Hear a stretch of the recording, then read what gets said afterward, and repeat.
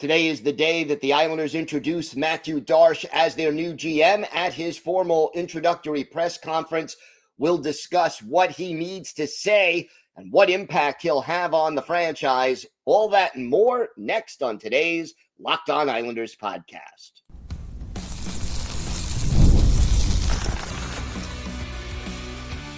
Your Locked On Islanders, your daily podcast on the New York Islanders. Part of the Locked On Podcast Network, your team every day.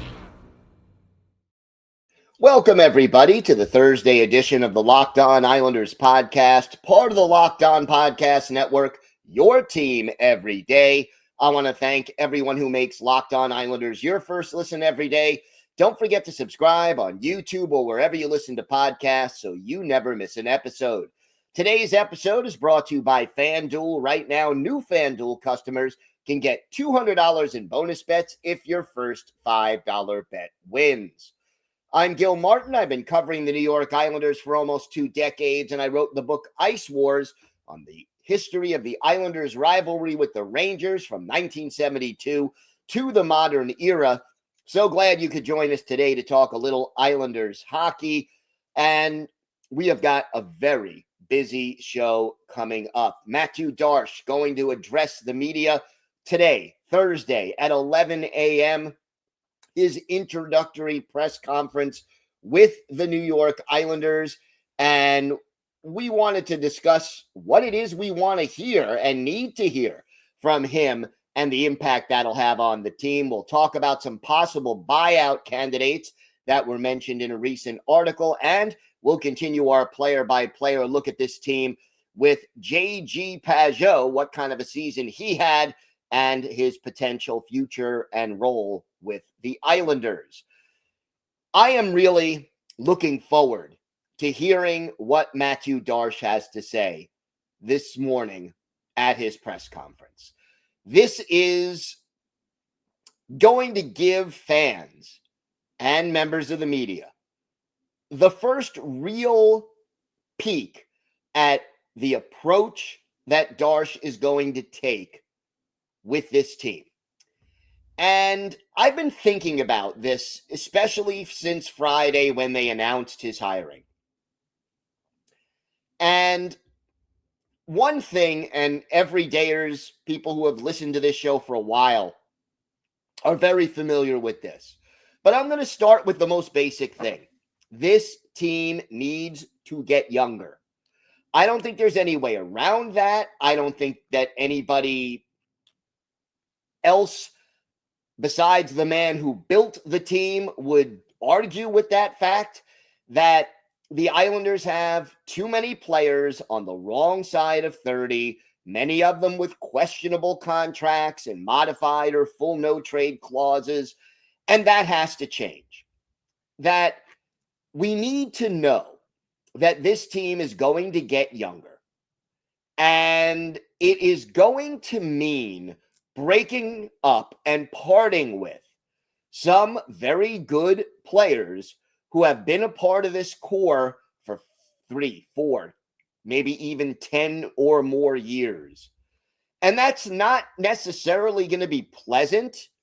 It could very well be a painful thing to go through, to say goodbye to a person who will end up in the Islanders Hall of Fame, who has contributed to the team's 2 runs to the conference final and given everything he had for this franchise for years. But we also know that this team has been stuck in the muddy middle for at least the last 4 years. And it is time to say, you know what? Keeping the old group together is not the way for this team to become a Stanley Cup contender. And my second major point that I want to touch on that I think is important is this. I don't want to rush the process. Now, I'm not advocating, nor have I ever advocated, for a complete Chicago Blackhawks / San Jose Sharks style rebuild. I don't think ownership is willing to go for that. I don't think that that is necessary yet. It could become necessary, but it's not necessary yet. And yet, I don't want to hear anything more than a token statement of, okay, yeah, we want to be competitive this year. Okay, I get it. That was part of the press release, and I'm sure ownership is saying that. And it makes sense for ownership to say that as long as they're trying to sell tickets, and they are. But while I would love to see this team contend for a playoff berth or even make the playoffs next year, realistically, I think this is going to be a year of transition. And it's a year where you start to give up some of the guys I mentioned before, bring in new guys, and you start to accumulate picks, prospects, younger players. And, you know, the Islanders could surprise a few people and get back into the playoffs. And, you know, they weren't that far off. I will say this. If the Islanders were fully healthy last year, and no team is fully healthy, but, you know, if some of their major cogs didn't miss so much time, is it possible they sneak into the playoffs just to lose in the first round again? Yeah, they're not that far off from being able to do that, but that's not the goal. The goal is to be one of the 5 or 6 best teams in the league for a stretch of, 5 to 10 years, like the Tampa Bay Lightning were when Darche was the assistant GM there, and to win cups, to win championships. And this Islanders team was nowhere close to that over the last 4 years. So I don't want to rush this retool, and I'm going to call it a retool, even though I know they're going to pay lip service at the press conference to we want to win right away.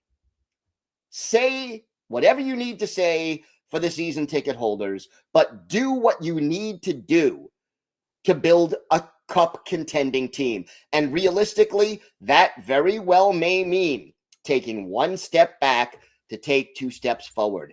After being stuck in the muddy middle for the last 4+ years, I believe that the majority of this Islanders fan base, they're intelligent, they know the game, and they can have a little patience as long as there is reason for hope, whether that is, Cole Yzerman, Callum Ritchie, 2 first-round picks in 2026 rather. Whoever the Islanders end up taking with the first overall pick this year, whether there are trades, buyouts, all of that. If you give Islander fans hope and a plan that makes sense, that says this is what we are trying to do, and it may take a little time to get there, but we're going to get there, most of them will sign up for that. I really believe in the intelligence and the long-term thinking of Islander fans. So let's see. I mean, that's what I get from my comments, and I thank all of you for the emails and the comments and all of that. But it shows me the knowledge and the depth that so many of you have when it comes to the game of hockey. And that is very appreciated. So I want to see that. Obviously, we need to know whether or not Patrick Roy is going to be back as coach. I have a feeling he will be, and that reinforces for me that this is very well a transition year. If Roy is back, Darche has to give Patrick Roy a roster that he can use to play his style of hockey. He did not have that under Lou Lamoriello. He had a few players who could fit that bill, but the roster itself wasn't built that way. So let's make that move. And if Roy is gone, talk to me about who might be hired. If Roy is coming back, let him hire his own assistants. For sure. No offense to John McClain and Kyle Albaline, but they're Lou's guys. And it would make more sense if Patrick Roy is staying to allow him to hire his own power play and penalty kill assistants. To me, that would be courtesy. And if Roy is going, whoever the new coach is going to be should be allowed to hire whoever they want as assistants. It just makes sense. And then the other thing is this. Mathieu Darche has to have a plan, not just for the NHL Islanders, not just for the big club. I want to know what's going on to help fix Bridgeport, because the Bridgeport Islanders were historically bad last season. Back-to-back last place finishes, back-to-back we're not in the playoffs years. Okay, fine, but you can't be as historically bad as this organization was. And again, yeah, Lou trading away 4 consecutive first-round picks made it harder for Bridgeport to be a winning team. I get that.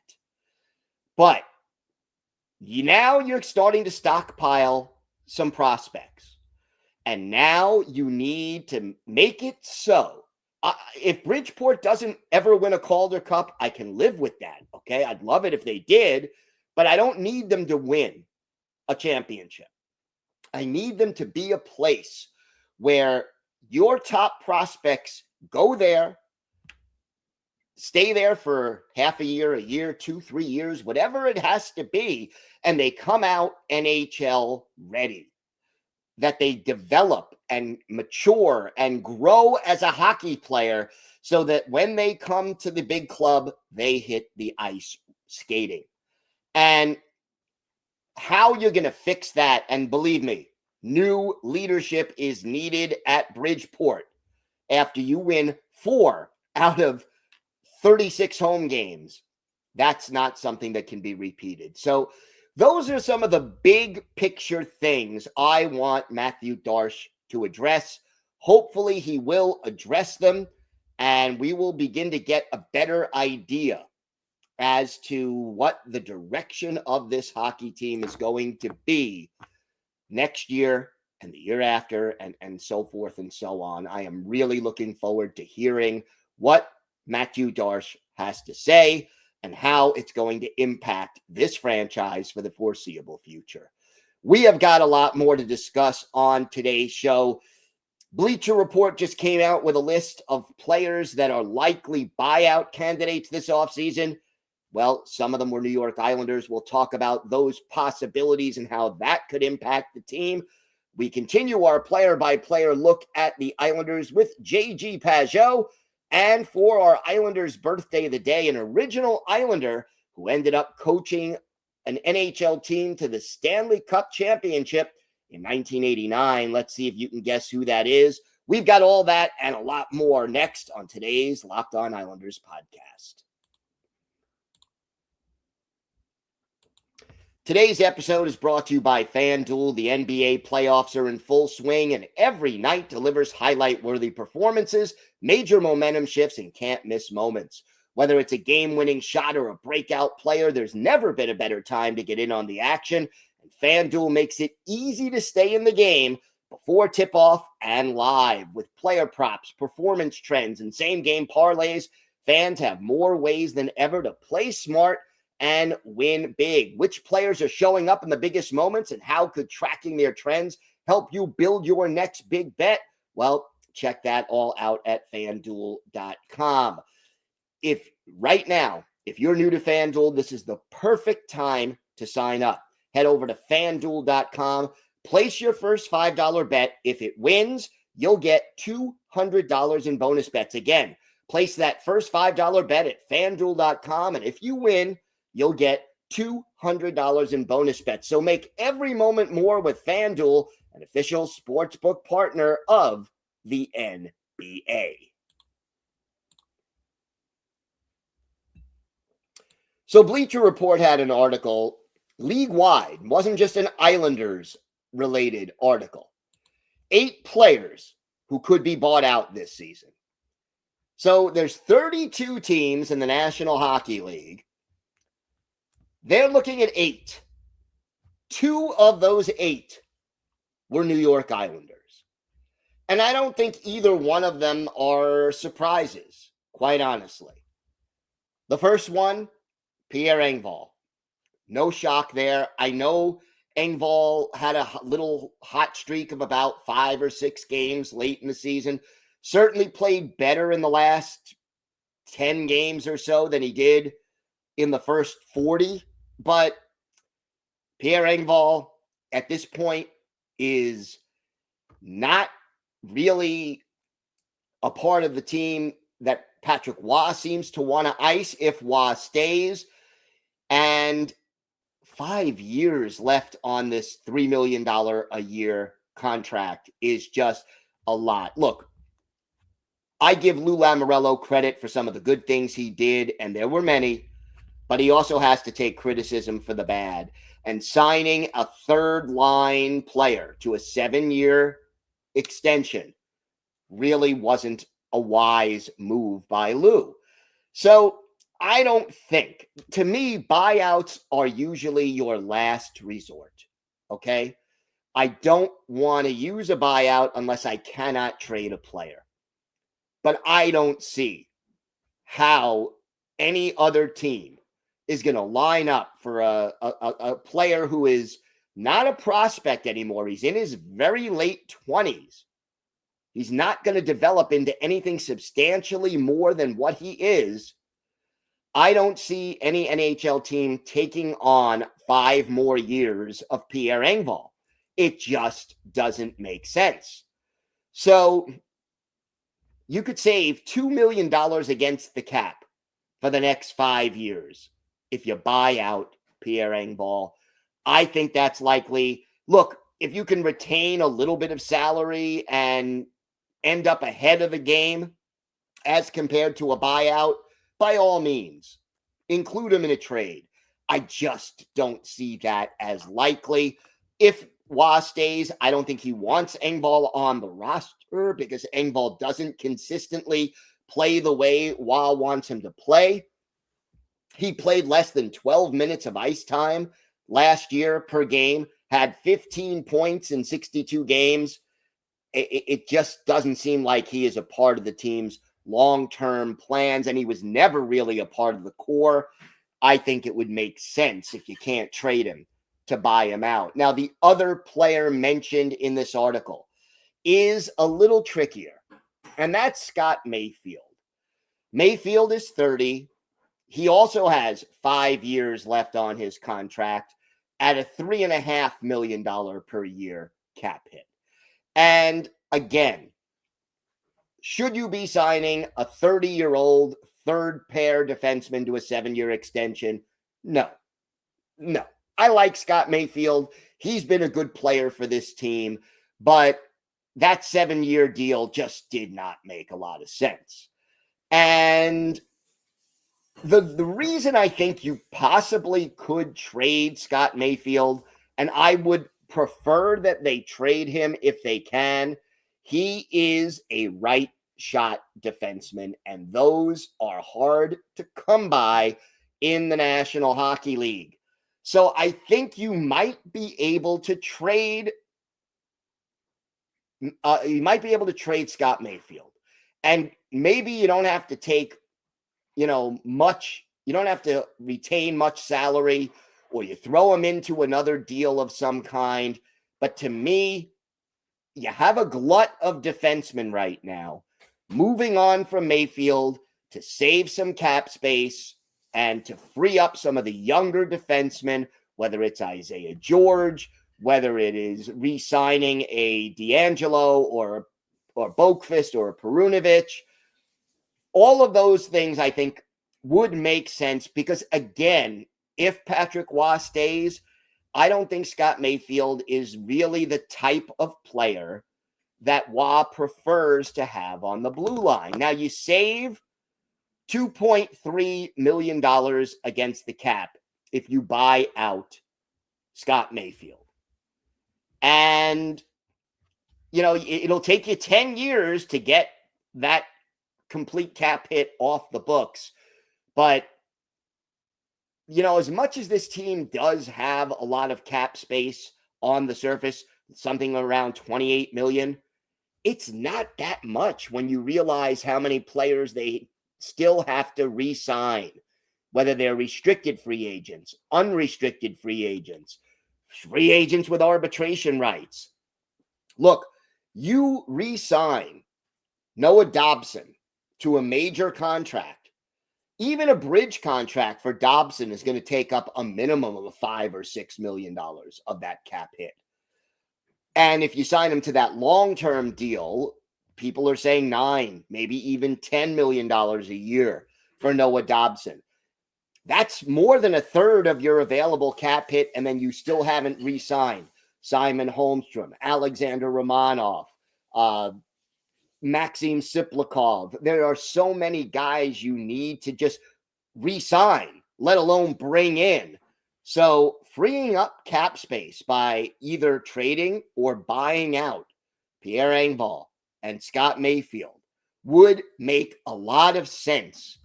And again, younger, faster, more skilled, and yes, we've added tougher to play against, more physical. It all ties in with what I said in the first segment. You want to make this team better and change the culture, and moving on from those two particular players makes sense and is a good first step. Again, none of this is going to happen overnight, but I think it would make sense for the Islanders to consider moving on from those players, even though I think, especially in the case of Mayfield, he has made significant contributions to this team throughout the course of his career. We've got more to get to on today's show. JG Pageau is our next feature. We are going to discuss his season, his potential role next season, and how he can impact the Islanders. We've got that, plus our Islanders birthday of the day, next on today's Locked On Islanders podcast.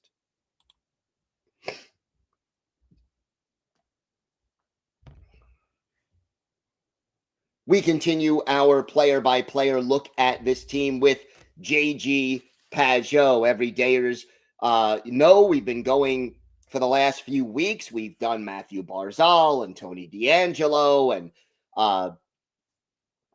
so many of the guys that we've done. Simon Holmstrom, Matt Martin, Kyle Palmieri. Today, we got JG Pageau.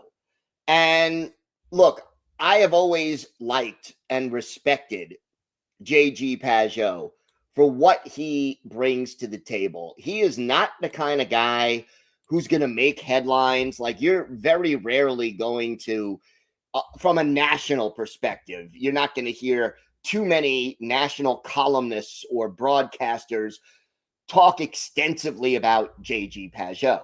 But if you watch JG Pageau regularly, you appreciate the little things he does. His biggest strength is winning faceoffs, 59.6% this past season. That was a new career high. We know how important puck possession is in the modern NHL. You win the faceoff, that is a great first step. He kills penalties. He does occasionally pitch in on the second power play unit. And he had a better year this year than he did the year before. Actually, 14 goals. That's 3 more than he had a year ago. 28 assists. That's 6 more than a year ago. So 9 more points.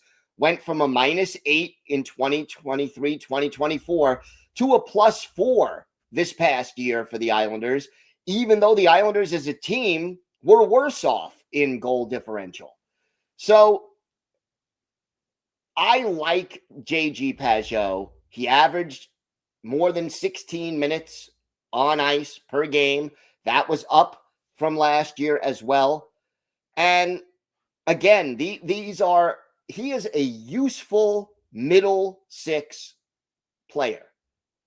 What I did not like, and I know why it was done, but what I did not like was seeing JG Pageau as the Islanders' second line center after the trade deadline. And look, last year, you want to do that. It's a stopgap thing. JG Pageau, second line, you plug him in, and his numbers were pretty good. But over the long run, over 82 games, and hopefully eventually plus playoffs, you want JG Pageau to be your third line center, not your second line center. That is the role he is better suited to, especially right now at this stage of his career. I don't think JG Pageau has really started to slow down much, but he is 32. He'll be 33 in November, so early in next season. And, he is what he is at this point. He is not somebody who is going to all of a sudden go from 14 goals to 25. That's not who he is. That's not the role he plays. He has 1 year left on his contract at a cap hit right now of $5 million per year. Whether you I would not try to extend JG Pageau, or if I do try to extend him, maybe 1 year deal, maybe a 2-year deal max. Again, as he gets older, you do eventually expect diminishing returns. And for a team that is retooling, I am not saying that you couldn't do well with JG Pageau as a third line center. But taking that $5 million cap hit off the books and being able to add picks, prospects, or even just a younger player who plays the same role as JG Pageau would make a lot of sense for the New York Islanders. And I would gauge the market during the draft and during the offseason. But I think at some point before the upcoming trade deadline, it is more likely than not that JG Pageau gets moved. We'll see how Mathieu Darche handles the situation. I think until he gets moved, you're looking at a guy who's going to, again, be the number 3 center on this team, probably kill penalties, probably get some second power play unit time. And but to me, you pick the right time to move him, and you consider getting the best offer you can. According to some reports from a couple of years ago, Lou passed up a first-round pick for him. That's water under the bridge. I don't know if you'll get that kind of return for Pageau at this point, but we'll see how this all plays out. Time now for our Islanders' birthday of the day. And, well, Wednesday was the 82nd birthday of former Islanders forward Terry Crisp. The Parry Sound, Ontario native made his NHL debut with the Bruins back in 1965-66, later played for the Blues in their expansion year, and then joined the Islanders for their expansion year, played 54 games with the Isles in 72-73, 4 goals, 20 points, got traded to the Flyers in the deal that brought Jean Potvin to the island, and he played on both Flyers Stanley Cup winning teams in 74 and 75. Later became an assistant coach for the Flyers and was the head coach of the Calgary Flames when they won the Stanley Cup in 1989. Later coached the Tampa Bay Lightning, but did not have as much success there. And looking back at one of Terry Crisp's better games as an Islander, December 23rd, 1972, Islanders hosting the Minnesota North Stars at the Nassau Veterans Memorial Coliseum. Battling Billy Smith, the Islanders goalie. Cesar Maniago is the goalie for Minnesota. And in this game, our Islanders' birthday of the day, Terry Crisp sets up a goal in the second period by Brian Lavender that ties the game at 2, with Jerry Hart getting the other assist. And then with the Isles up 3-2 in the final seconds of the game, Crisp pots an empty netter, his second goal of the season. Lavender and Jim Mayer with the assists. The Islanders go on to beat the North Stars 4-2. This was only the 4th win in Islanders history. They improved to 425-4 with this one. For our Islanders' birthday of the day, Terry Crisp, 1 goal, 2 points. He's a +2. He scored on his only shot on goal. Terry Crisp is our Islanders' birthday of the day. I want to thank everyone who makes Locked On Islanders your first listen today. For your second listen, check out the all-new Locked On NHL Game Night. Every game, every night until a Stanley Cup champion is crowned. Get local analysis on a national scale. You can find NHL Game Night on Locked On NHL on YouTube or wherever you listen to podcasts. It's part of the Locked On Podcast Network, your team every day. If you have a question, a comment, maybe a topic you'd like us to discuss on a future episode, send us an email. The email address, lockedonislanders@gmail.com. If you leave your first name and where you're from, we're happy to mention you on the show when we discuss whatever's on your mind. You could follow the show on X at Locked On Isles. You could follow me, Gil Martin, on X at Ice Wars, NYR VSNYI. We'll keep you up to date on all things Islanders all year long, including tomorrow, or today's actually, press conference by Mathieu Darche. So follow on X. And it's great to talk Islanders hockey with you anytime. Everydayers, we're back tomorrow. We will continue our player-by-player look at this team with Marcus Hogberg, and we will have extensive coverage of what Mathieu Darche said at his introductory press conference and what it means for the Islanders going forward. Make sure you join us then. Until tomorrow, have a great day, everybody. Stay safe. And of course, let's go Islanders.